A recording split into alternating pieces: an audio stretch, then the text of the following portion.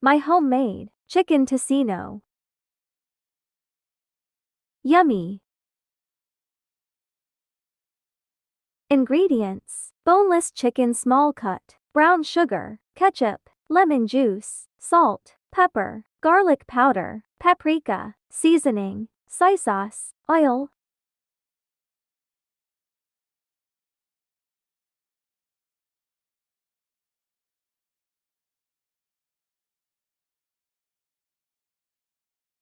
Mix all and refrigerate overnight.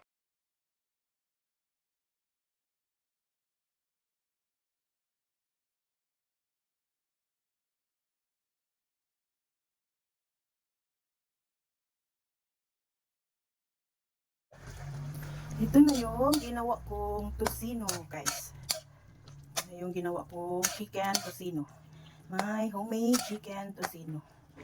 Yan, nilagyan ko lang ng konting water, guys, para maluto ang chicken. Tapos pag mawala na yung tubig, tsaka ko siya lagyan ng oil.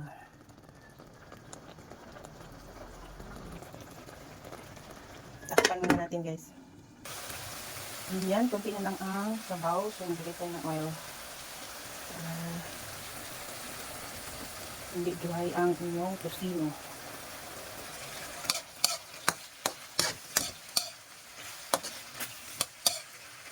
Tapos, sinansi ko pala itong luto. Nakalimutan ko.